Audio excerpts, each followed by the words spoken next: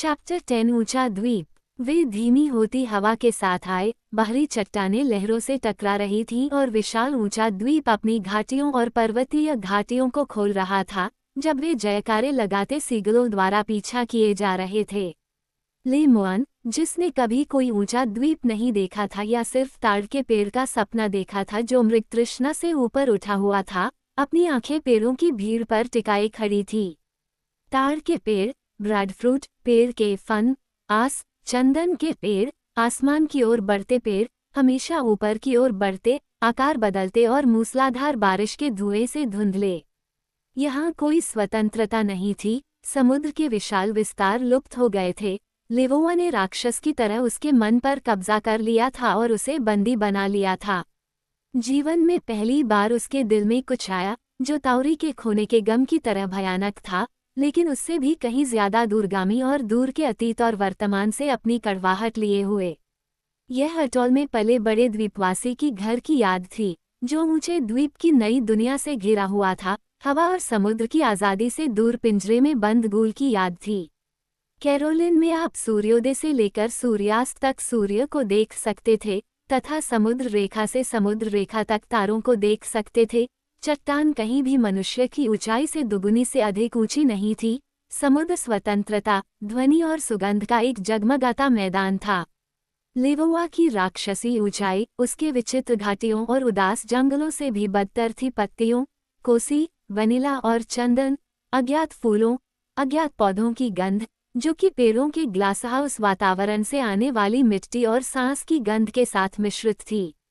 एक असाधारण बात ये थी कि लेवा के रूप और सुगंध किरमाडेक में व्याप्त थे, जिससे उसकी आंखें जमीन से दूर हो गईं। स्कूना का डेक, रेल, मस्तूल और स्पा सभी उसे जमीन की तरह ही शत्रुतापूर्ण लगे। स्रू अकेले ही उसे सांत्वना दे रहा था जब वह उसे लंगर में व्यस्त लोगों की देखरेख करते हुए देख रही थी। स्रू, जिसने वादा किया था कि वह वापस आएगी। लंगर 12 फीट पानी में गिर गया और जैसे ही लंगर की जंजीर की गड़गड़ाहट नम गले वाले जंगल से प्रतिध्वनित होकर वापस आई, एक नाव समुद्र तट से बाहर आ गई। ये सेंडर्स नामक श्वेत व्यापारी था, वह व्यक्ति जो साल दर साल यहाँ अकेला रहता था, चंदन के पेड़ों से कर वसूलता था, स्थानीय लोगों को व्यापारिक वस्तुओं में उनके श्रम के लिए भुगतान करता था। दुनिया से कटा हुआ, बिना किताबों के, बिना दोस्तों के और द्वीप को घेरने वाले समुद्र के क्षेत्र से परे कोई दिलचस्पी नहीं, सिवाय अपने एजेंटों बैंक ऑफ कैलिफोर्निया के हाथों में लगातार जमा हो रहे अपने पैसे के हित के। श्वेत व्यक्ति का चेहरा बर्फ के टुकड़े के समान पतला और भावहीन दिखाई दे रहा था जब वह भूत की तरह रेलिंग के ऊपर से आया और व्यापार की बात करने के लिए पीटरसन के साथ केबिन में चला गया। रेंटन और कार्लिन किनारे पर झुके और नाव में बैठे कनक को फोकल हेड के पास रेलिंग पर एकत्रित स्कूना चालक दल से बात करने के लिए आगे बढ़ते देखा। समुद्र तट केवल 1 या 2 केबल की लंबाई की दूरी पर था। ज्वार के निशान से आगे खींची गई 2 मछली पकड़ने वाली डोंगियों को छोड़कर खाली कोई घर दिखाई नहीं दे रहा था।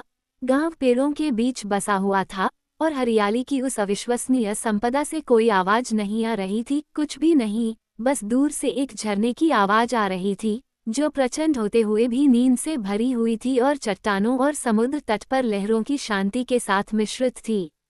उस आदमी पर ध्यान दें, कार्लिन ने कहा। उसने दाएं या बाएं नहीं देखा, ऐसा ही है जैसे कि उसे नशा दिया गया हो। लगता है कि अगर वह यहाँ अकेला व्यापारी है तो उसके पास बहुत सारा पैसा है। उसकी सफ़ेद बत्तखें और उसकी शानदार टोपी और उसके नीचे मग पर ध्यान दें। मैं ऐसे लोगों को जानता हूँ। शराब ऐसे लोगों के लिए सिरके में बदल जाती है और ऐसे लोग ही द्वीपों में पैसा कमाते हैं। या फिर वे लोग जो किसी चीज़ को देखते ही उसे हाथ लगाने से नहीं डरते, रेंटन ने जवाब दिया। अच्छा, उस मोती द्वीप के बारे में क्या जिसके बारे में मैं बात कर रहा था? और वह वेश्या जिसे तुम वहाँ ले जाने वाले थे, कार्लिन ने बीच में ही कहा।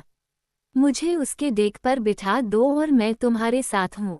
आप इस पर हैं, रेंटन ने उत्तर दिया।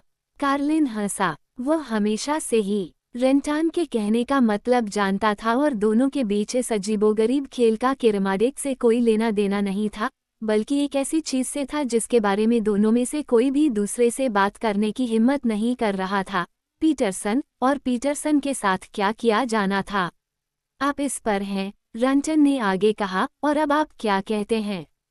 मैं तुम्हारे साथ हूँ, कार्लिन ने जवाब दिया, लेकिन मुझे नहीं पता कि तुम ये कैसे करोगे। मैं इसमें कोई हाथ नहीं डालूंगा। यह मुझ पर छोड़ दो, दूसरे ने कहा, जब मैं जहाज ले लूंगा तो तुम्हें बस उसके काम में मदद करनी है। कार्लिन ने कहा, आप कहते हैं कि सैंडर्स यहाँ एकमात्र श्वेत व्यक्ति हैं। तो पीटरसन ने मुझे बताया, रेंटान ने उत्तर दिया। खैर, एक श्वेत आदमी ही हम पर हमला करने के लिए काफी है, कार्लिन ने कहा। वो हम पर हमला नहीं करेगा, रंटन ने गंभीरता से उत्तर दिया, और कार्लिन ने उसकी तरफ देखते हुए एक पल के लिए सोचा कि क्या वह रंटन के साथ शैतान को नहीं ले गया है।